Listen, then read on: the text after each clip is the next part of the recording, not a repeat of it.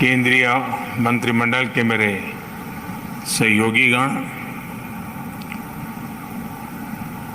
Bharat drone महोत्सव में देश भर से जुटे सभी अतिथिगण, यहाँ उपस्थित अन्य महानुभाव, देवी और सज्जनों, आप सभी को भारत ड्रोन महोत्सव इस आयोजन के लिए मैं बहुत बहुत बधाई देता हूं।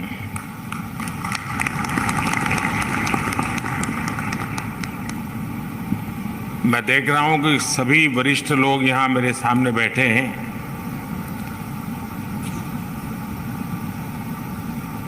मुझे आने में विलंब हो गया। विलंब इसलिए नहीं हुआ कि मैं देर से आया,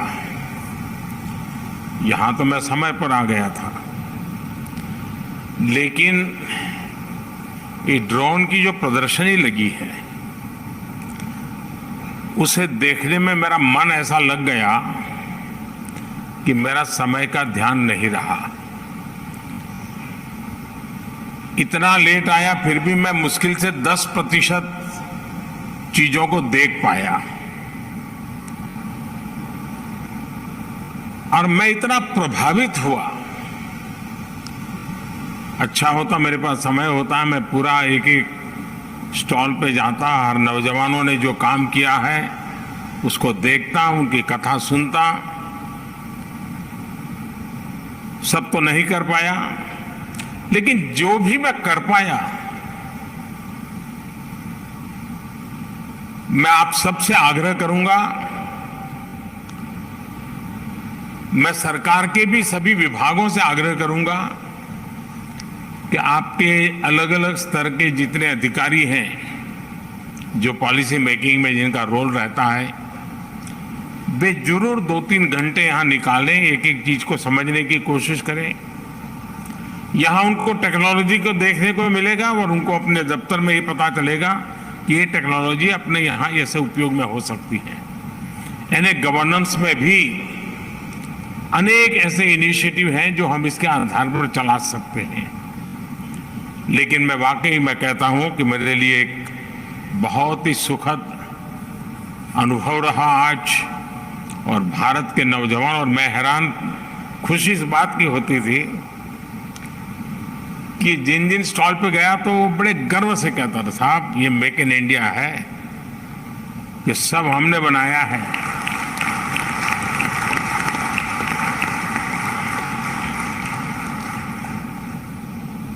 साथियों, इस महोत्सव में देश के अलग अलग हिस्सों से आए हमारे किसान भाई बहन भी हैं, ड्रोन इंजीनियर भी हैं, स्टार्टअप्स भी हैं, विभिन्न कंपनियों के लीडर्स भी यहां मौजूद हैं, और 2 दिनों में यहां हजारों लोग इस महोत्सव का हिस्सा बनने वाले हैं, मुझे पक्का विश्वास है।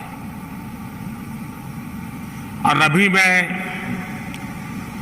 एक तो मैंने प्रदर्शनी भी देखी, लेकिन जो एक्चुअली ड्रोन के साथ अपना कामकाज चलाते हैं, और उसमें कई युवा किसानों से मुझे मिलने का मौका मिला, जो खेती में ड्रोन टेक्नोलॉजी का उपयोग कर रहे हैं। मैं उन युवा इंजीनियर से भी मिला जो ड्रोन टेक्नोलॉजी को प्रोत्साहित कर रहे हैं। आज 150 ड्रोन पायलट सर्टिफिकेट भी यहां दिए गए हैं।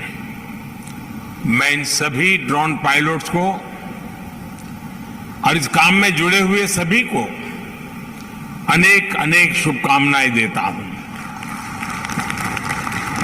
साथियों, ड्रोन टेक्नोलॉजी को लेकर भारत में जो उत्साह देखने को मिल रहा है वो अद्भुत है। ये जो ऊर्जा नजर आ रही है वो भारत में ड्रोन सर्विस और ड्रोन आधारित इंडस्ट्री की लंबी छलांग का प्रतिबिंब है। ये भारत में एम्प्लॉयमेंट जनरेशन के एक उभरते हुए बड़े सेक्टर की संभावनाएं दिखाती है। आज भारत स्टार्टअप पावर के दम पर दुनिया में ड्रोन टेक्नोलॉजी का सबसे बड़ा एक्सपर्ट बनने की ओर तेज गति से आगे बढ़ रहा है। साथियों, ये उत्सव सिर्फ एक टेक्नोलॉजी का नहीं, बल्कि नए भारत की नए गवर्नेंस का, नए प्रयोगों के प्रति अभूतपूर्व पॉजिटिविटी का भी उत्सव है। संयोग से 8 वर्ष पहले यही वो समय था जब भारत में हमने सुशासन के नए मंत्रों को लागू करने की शुरुआत की थी।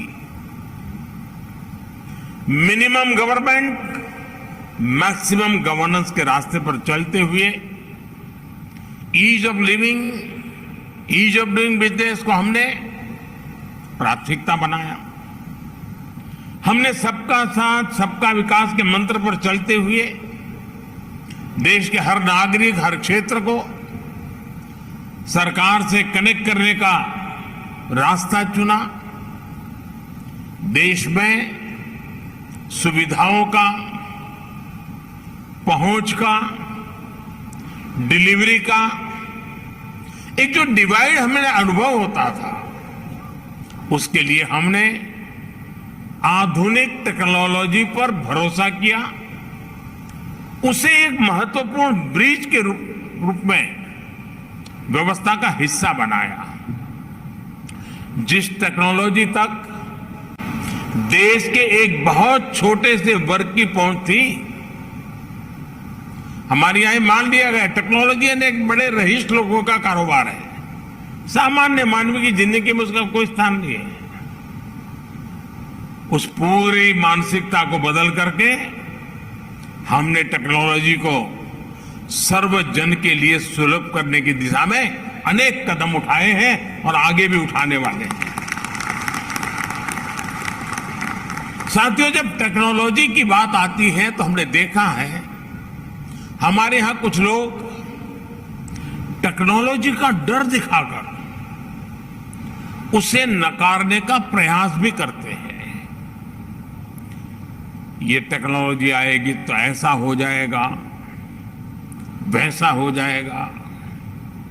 अब ये बात सही है कि एक जमाने में पूरे शहर में एक टावर हुआ करता था, उसकी घड़ी के घंट बजते थे और गांव का समय तय होता था। तब किसने सोचा था कि हर गले हर एक की कलाई पे घड़ी लगेगी? तो जब परिवर्तन आया होगा तो उनको भी अजूबा लगा होगा।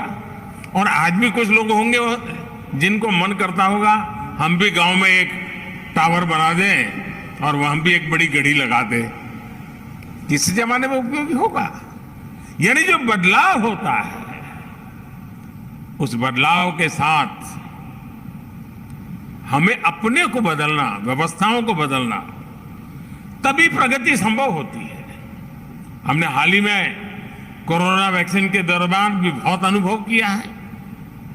पहले की सरकारों के समय टेक्नोलॉजी को प्रॉब्लम का हिस्सा समझा गया, उसको एंटी पुअर साबित करने की कोशिशें भी हुई। इस कारण 2014 से पहले गवर्नेंस में टेक्नोलॉजी के उपयोग को लेकर एक प्रकार से उदासीनता का ही वातावरण रहा। किसी ने इक्के दुक्के व्यक्ति ने अपनी रुचि के अनुसार कर लिया तो कर लिया, व्यवस्था का स्वभाव नहीं बना।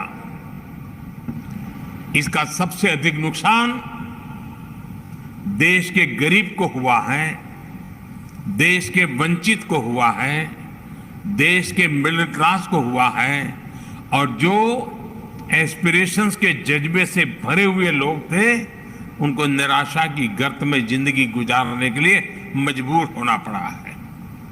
साथियों, हम इस बात का इनकार नहीं करते कि नई टेक्नोलॉजी डिस्ट्रप्शन लाती है,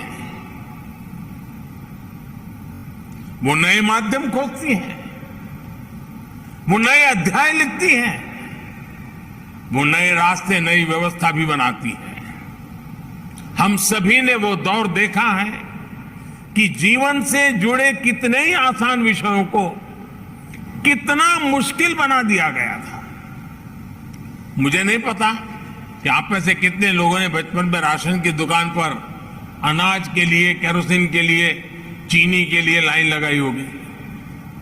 लेकिन एक समय ऐसा था कि घंटों इसी काम में लाइन में लगे हुए गुजर जाते थे। और मुझे तो अपना बचपन याद है कि हमेशा एक डर रहता था कि कहीं ऐसा तो नहीं कि मेरा नंबर आने तक अनाज खत्म हो जाएगा, दुकान बंद होने का समय तो नहीं हो जाएगा। ये डर 7-8 साल पहले हर गरीब के जीवन में रहा ही रहा होगा। लेकिन मुझे संतोष है कि आज टेक्नोलॉजी की मदद से हमने इस डर को समाप्त कर दिया है।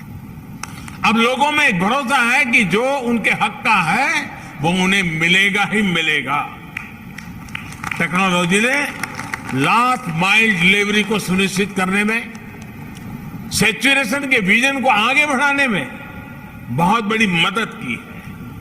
और मैं जानता हूं कि हम इसी गति से आगे बढ़कर अंत्योदय के लक्ष्य को प्राप्त कर सकते हैं। बीते 7-8 वर्षों का अनुभव मेरा विश्वास और मजबूत करता है, मेरा भरोसा बढ़ता जा रहा है। जनधन, आधार और मोबाइल की त्रिशक्ति, जैम, इस ट्रिनिटी की वजह से आज हम देश भर में पूरी पारदर्शिता के साथ गरीब को उसके हक की चीजें, जैसे राशन जैसी बातें, हम पहुंचा पा रहे हैं। इस महामारी के दौरान भी हमने 80 करोड़ गरीबों को मुफ्त राशन सुनिश्चित किया है। साथियों, ये हमारे टेक्नोलॉजी सॉल्यूशन की करेक्टली डिजाइन करने, एफिशिएंटली डेवलप करने और प्रॉपरली इंप्लीमेंट करने की शक्ति है कि आज भारत दुनिया का सबसे बड़ा वैक्सीनेशन अभियान सफलता से चला रहा है। आज देश ने जो रोबोट्स यूपीआई फ्रेमवर्क डेवलप किया है, उसकी मदद से लाखों करोड़ रुपए गरीब के बैंक खाते में सीधे ट्रांसफर हो रहे हैं। महिलाओं को, किसानों को, विद्यार्थियों को अब सीधे सरकार से मदद मिल रही है। 21वीं सदी के नए भारत में, युवा भारत में, हमने देश को नई स्ट्रेंथ देने के लिए, स्पीड और स्केल देने के लिए टेक्नोलॉजी को अहम टूल बनाया है। आज हम टेक्नोलॉजी से जुड़े सही सॉल्यूशन डेवलप कर रहे हैं और उनको स्केल अप करने का कौशल भी हमने विकसित किया है। देश में ड्रोन टेक्नोलॉजी को प्रोत्साहन, गुड गवर्नेंस के, ईज ऑफ लिविंग के, इसी कमिटमेंट को आगे बढ़ाने का एक और माध्यम है।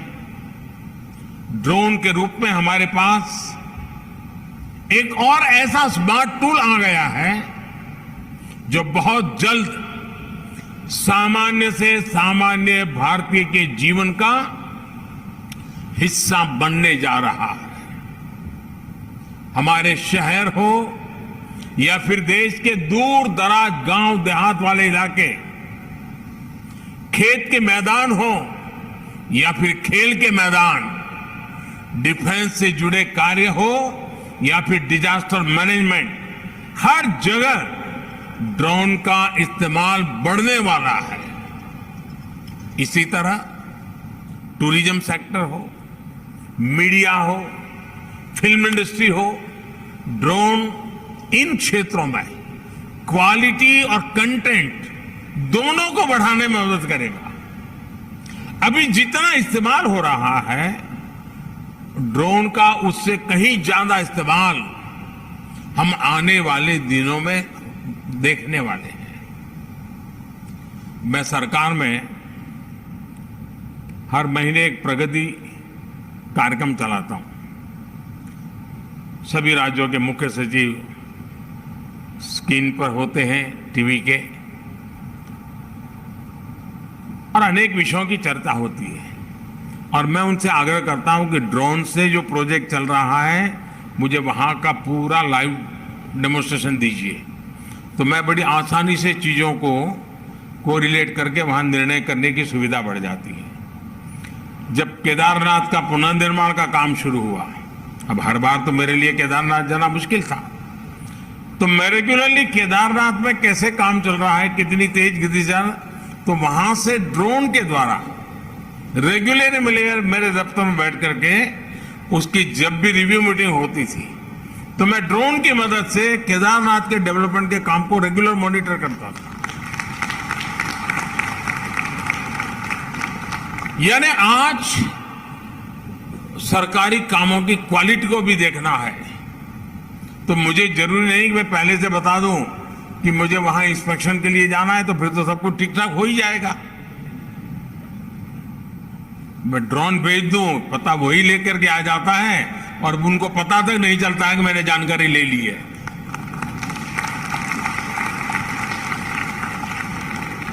साथियों, गांव में भी किसान के जीवन को आधुनिक, सुविधाजनक, अधिक संपन्न बनाने में भी ड्रोन टेक्नोलॉजी महत्वपूर्ण भूमिका निभाने वाली है। आज गांवों में अच्छी सड़कें पहुंची हैं, बिजली पानी पहुंचा है, ऑप्टिकल फाइबर पहुंच रहा है, डिजिटल टेक्नोलॉजी का अभूतपूर्व विस्तार हुआ है। लेकिन फिर भी गांव में जमीन से जुड़े, खेती से जुड़े अधिकतर काम के लिए पुराने सिस्टम से काम चलाना पड़ता है। उस पुराने सिस्टम में हर प्रकार का वेस्टेज है, परेशानियां भी बहुत है, और प्रोडक्टिविटी तो पता नहीं, तय नहीं कर पाते कुछ हुआ कि नहीं हुआ। इसका सबसे अधिक नुकसान हमारे गांव के लोगों को होता है, हमारे किसानों को होता है, और उसमें भी ज्यादा हमारे छोटे किसानों को होता है। छोटे किसान की जमीन और उसके संसाधन इतने नहीं होते कि वो विवादों को चुनौती दे पाए और कोर्ट कचहरी के अंदर चक्कर काट पाए।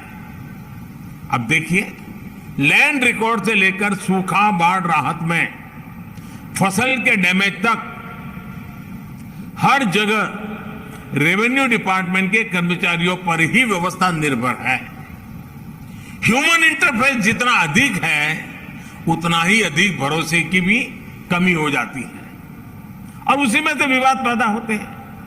विवाद होते हैं तो समय और धन की बर्बादी भी होती है। इंसान के अंदाजे से आकलन होते हैं तो उतना सटीक अंदाजा भी नहीं लग पाता। इन सारी मुश्किलों से पार पाने का ड्रोन अपने आप में एक सशक्त, प्रभावी माध्यम के रूप में एक नया टूल हमारे सामने आया है। साथियों, ड्रोन टेक्नोलॉजी कैसे एक बड़ी क्रांति का आधार बन रही है, इसका एक उदाहरण पीएम स्वामित्व योजना भी है। इस योजना के तहत पहली बार देश के गांवों की हर प्रॉपर्टी की डिजिटल मैपिंग की जा रही है। डिजिटल प्रॉपर्टी कार्ड लोगों को दिए जा रहे हैं। इसमें ह्यूमन इंटरवेंशन कम हुआ है और भेदभाव की गुंजाइश खत्म हुई है। इसमें बड़ी भूमिका ड्रोन की रही है। थोड़ी देर पहले मुझे भी स्वामित्व ड्रोन उड़ाने का, उसकी टेक्नोलॉजी समझने का अवसर मिला है। थोड़ी देर उसके कारण भी शायद लग गई। मुझे खुशी है कि ड्रोन की मदद से अभी तक देश में लगभग 65 लाख प्रॉपर्टी कार्ड जनरेट हो चुके हैं, और जिसको ये कार्ड मिल गया है उसको संतोष है कि हाँ, मेरे पास मेरा जितनी जमीन है मेरे पास सही डिटेल मिल गई। पूरे संतोष के साथ उन्होंने इस बात को कहा है। वरना हमारे यहां अगर छोटी सी जगह की नपाई भी होती है तो उसमें सहमति बनाने के लिए सालों साल लग जाते हैं। साथियों, आज हम देख रहे हैं कि हमारे किसान ड्रोन टेक्नोलॉजी की तरफ तेजी से आकर्षित हो रहे हैं। उनमें एक उत्साह दिख रहा है, वो इसे अपनाने के लिए तैयार है। ये ऐसे ही नहीं हुआ है, ये इसलिए है क्योंकि पिछले 7-8 साल में जिस तरह कृषि क्षेत्र में टेक्नोलॉजी का इस्तेमाल बढ़ाया गया है, उस वजह से टेक्नोलॉजी किसानों के लिए हवा नहीं रह गई है। और एक बार किसान उसको देखता है, थोड़ा अपने हिसाब से उसका लेखा जोखा कर लेता है, और अगर उसका विश्वास बैठ गया तो स्वीकार करने में देर नहीं करता है। अभी मैं बाहर जब किसानों से बात कर रहा था तो मध्य प्रदेश के एक इंजीनियर मुझे बता रहे थे कि मुझे तो लोग अब ड्रोन वाला कर करके बुलाते, बोले मैं इंजीनियर हुआ लेकिन अब तो मेरी पहचान ड्रोन वाले की हो गई है। उन्होंने मुझे कहा कि साहब देखिए, मैंने उनको कहा कि आप क्या भविष्य क्या देखते हैं, तो उन्होंने मुझे कहा साहब देखिए, जो पल्सीज मामला है ना हमारे यहाँ, उसकी खेती बढ़ेगी और उसमें कारण एक ड्रोन होगा। मैंने कहा कैसे? उन्होंने कहा साहब पल्सीज जब खेती होती है तब उसकी फसल की ऊंचाई ज्यादा हो जाती है, तो किसान अंदर जाकर के दवाई ववाई के लिए उसका मन नहीं करता है, मैं कहाँ जाऊंगा, वो छिड़काव करता, आधी तो मेरे शरीर पे पड़ती है, और बोले इसलिए उस फसल की तरफ वो जाता ही नहीं है। बोले अब ड्रोन के कारण ऐसी जो फसलें हैं जो मनुष्य की ऊंचाई से भी कभी कभी ऊंची होती हैं, ड्रोन के कारण उसकी देखभाल, उसकी दवाई का छिड़काव बोले इतना आसान होने वाला है कि हमारे देश का किसान आसानी से पल्सिस की खेती की तरफ जाएगा। अब ये एक व्यक्ति गांव के अंदर किसानों के साथ जुड़ने के साथ काम करता है तो चीजें कैसे बदलाव आता है, उसका अनुभव उसका सुनने को मिलता है। साथियों, आज हम जो एग्रीकल्चर सेक्टर में टेक्नोलॉजी को लाने का प्रयास किए, सॉइल हेल्थ कार्ड, ये अपने आप में हमारे किसानों के लिए बहुत बड़ी ताकत बन के उभरा है। और मैं तो चाहूंगा जैसे ये ड्रोन की सेवाएं हैं, गांव गांव सॉइल टेस्टिंग के लैब बन सकती है, नए रोजगार के क्षेत्र खुल सकते हैं, और किसान अपना हर बार सॉइल टेस्टिंग करा करके तय कर सकता है कि मेरी मिट्टी में ये आवश्यकता है, ये जरूरत है। माइक्रो इरिगेशन, स्प्रिंकलर, ये सारी बातें आधुनिक सिंचाई व्यवस्था का हिस्सा बन रही है।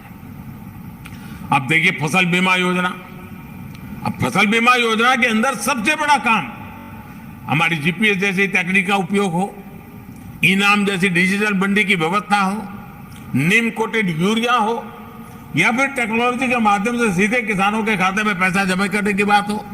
बीते 8 साल में जो ये प्रयास हुए हैं, उसने किसानों का टेक्नोलॉजी के प्रति भरोसा बहुत ज्यादा बढ़ा दिया है।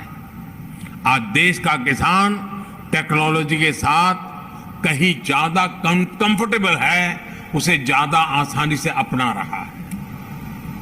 अब ड्रोन टेक्नोलॉजी हमारे कृषि सेक्टर को दूसरे लेवल पर ले जाने वाली है। किस जमीन पर कितनी और कौन सी खाद डालनी है, मिट्टी में किस चीज की कमी है, कितनी सिंचाई करनी है, ये भी हमारे यहां अंदाजे से होता रहा है। ये कम पैदावार और फसल बर्बाद होने का बड़ा कारण रहा है। लेकिन स्मार्ट टेक्नोलॉजी आधारित ड्रोन यहां भी बहुत काम आ सकते हैं। यही नहीं, ड्रोन ये भी पहचानने में सफल होते हैं कि कौन सा पौधा, कौन सा हिस्सा बीमारी से प्रभावित है, और इसलिए वो अंधाधुंध स्प्रे नहीं करता, बल्कि स्मार्ट स्प्रे करता है। इससे महंगी दवाओं का खर्च भी बचता है। यानी ड्रोन तकनीक से छोटे किसान को ताकत भी मिलेगी, तेजी भी मिलेगी, और छोटे किसान की तरक्की भी सुनिश्चित होगी। और आज जब हम आजादी का अमृत महोत्सव मना रहे हैं, तो मेरा भी यही सपना है कि भारत में हर हाथ में स्मार्टफोन हो, हर खेत में ड्रोन हो, और हर घर में समृद्धि हो। साथियों, हम देश के गांव-गांव में हेल्थ एंड वेलनेस सेंटर्स का नेटवर्क सशक्त कर रहे हैं, टेलीमेडिसिन को प्रमोट कर रहे हैं। लेकिन गांवों में दवाओं और दूसरे सामान की डिलीवरी एक बड़ी चुनौती रही। इसमें भी ड्रोन से डिलीवरी बहुत कम समय में और तेज गति से डिलीवरी होने की संभावना बनने वाली है। ड्रोन से कोविड वैक्सीन की डिलीवरी से इसका फायदा हमने अनुभव भी किया है। ये दूर सुदूर के आदिवासी पहाड़ी दुर्गम क्षेत्रों तक उत्तम स्वास्थ्य सेवाएं पहुंचाने में बहुत मददगार सिद्ध हो सकता है। साथियों, टेक्नोलॉजी का एक और पक्ष है जिस पर मैं आपका ध्यान जरूर आकर्षित करना चाहता हूं। पहले के समय में टेक्नोलॉजी और उससे हुए इन्वेंशन एलिट क्लास के लिए माने जाते थे। आज हम टेक्नोलॉजी को सबसे पहले मासिस को उपलब्ध करा रहे हैं। ड्रोन टेक्नोलॉजी भी एक उदाहरण है। कुछ महीने पहले तक ड्रोन पर बहुत सारे रिस्ट्रिक्शन थे। हमने बहुत ही कम समय में अधिकतर रिस्ट्रिक्शन को हटा दिया है। हम पीएलआई जैसी स्कीम के जरिए भारत में ड्रोन मैन्युफैक्चरिंग का एक सशक्त इकोसिस्टम बनाने की तरफ भी बढ़ रहे हैं। टेक्नोलॉजी जब मासिस के बीच में जाती है तो उसके इस्तेमाल की संभावनाएं भी ज्यादा से ज्यादा बढ़ जाती है। आज हमारे किसान, हमारे स्टूडेंट, हमारे स्टार्टअप ड्रोन से क्या क्या कर सकते हैं, इसकी नई नई संभावनाओं को तलाशने लगे हुए हैं। ड्रोन अब किसानों के पास जा रहा है, गांव में जा रहा है, तो भविष्य में विभिन्न कार्यों में ज्यादा इस्तेमाल की संभावना भी बढ़ी है। आप देखिएगा, अब शहरों में ही नहीं, गांव देहात में भी ड्रोन के तरह तरह के उपयोग निकलेंगे। हमारे देशवासी इसमें और इनोवेशन करेंगे। मुझे विश्वास है आने वाले दिनों में ड्रोन टेक्नोलॉजी में और एक्सपेरिमेंट होंगे, इसके नए नए इस्तेमाल होंगे। साथियों, भारत की ऐसी ही संभावनाओं, ऐसी ही स्केल को टैप करने के लिए आज मैं देश और दुनिया के सभी इन्वेस्टर्स को फिर आमंत्रित करता हूं। ये भारत के लिए भी और दुनिया के लिए भी यहां से बेहतरीन ड्रोन टेक्नोलॉजी के निर्माण का सही समय है। मैं एक्सपर्ट से, टेक्नोलॉजी की दुनिया के लोगों से भी अपील करूंगा कि ड्रोन टेक्नोलॉजी का ज्यादा से ज्यादा विस्तार करें, उसे ज्यादा से ज्यादा लोगों तक लेकर जाएं। मैं देश के सभी युवाओं से भी आह्वान करूंगा कि ड्रोन के क्षेत्र में नए स्टार्टअप्स के लिए भी आगे आए। हम मिलकर ड्रोन टेक के से सामान्य जन को एम्पावर करने में अपनी भूमिका निभाएंगे। और मुझे विश्वास है अब पुलिस के काम में भी सुरक्षा की दृष्टि से ड्रोन बहुत बड़ी सेवा कर पाएगा। बड़े बड़े जैसे कुंभ मेले जैसे अवसर होते हैं, बहुत बड़ी मात्रा में ड्रोन से मदद मिल सकती है। कहीं ट्रैफिक जाम की समस्याएं हैं, ड्रोन से सॉल्यूशन निकाले जा सकते हैं। यानी इतनी आसानी से इन चीजों का उपयोग होने वाला है। हमें इन टेक्नोलॉजी के साथ अपनी व्यवस्थाओं को जोड़ना है, और जितना इन व्यवस्थाओं के साथ जोड़ेंगे, मुझे बराबर याद, मैं आज यहां देख रहा था कि वो ड्रोन से जंगलों में पेड़ उगाने के लिए जो सीड्स हैं उसकी गोली बना करके ऊपर से ड्रॉप करते हैं। जब ड्रोन नहीं था तो मैंने एक प्रयोग किया था। मेरे तो सारे देसी प्रयोग होते हैं क्योंकि उस समय तो टेक्नोलॉजी नहीं थी। मैं चाहता था, जब मैं गुजरात में मुख्यमंत्री साहब थे, जो हमारे कुछ पहाड़ हैं, लोग वहां जाएंगे, पेड़ पौधे लगाएंगे, तो जरा मुश्किल काम है आशा करना। तो मैंने क्या किया, मैंने जो गैस के गुब्बारे होते हैं जो हवा में उड़ते हैं, मैंने गैस के गुब्बारे वालों की मदद ली और मैंने कहा कि उस गुब्बारे में सीड्स डाल दीजिए और ये जो पहाड़ी हैं वहाँ जाकर के गुब्बारे छोड़ दीजिए। गुब्बारे जब नीचे गिरेंगे तो सीड्स फैल जाएंगे और जब आसमान से बारिश आएगी, अपना नसीब होगा तो उसमें से पेड़ निकल आएगा। आज ड्रोन से वो बड़ी आसानी से हो रहा है, जियो टैगिंग हो रहा है।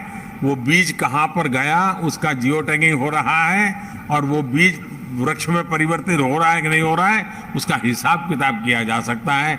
यानी एक प्रकार से मानो फॉरेस्ट फायर, हम आसानी से ड्रोन की मदद से हम मॉनिटर कर सकते हैं, छोटी सी भी घटना नजर आती है हम तुरंत एक्शन ले सकते हैं। यानी कल्पना भर की चीजें हम उसके द्वारा कर सकते हैं, हमारी व्यवस्थाओं को विस्तार कर सकते हैं। मुझे विश्वास है कि आज ये ड्रोन महोत्सव जिज्ञासा की दृष्टि से तो अनेकों को काम आएगा ही आएगा, लेकिन जो भी इसको देखेंगे जरूर कुछ नया करने के लिए सोचेंगे, जरूर उसमें परिवर्तन लाने के लिए प्रयास करेंगे, व्यवस्थाओं में जोड़ने के लिए प्रयास करेंगे और अल्टीमेटली हम टेक्नोलॉजी ड्रिवन डिलीवरी हम बहुत तेजी से कर पाएंगे। इस विश्वास के साथ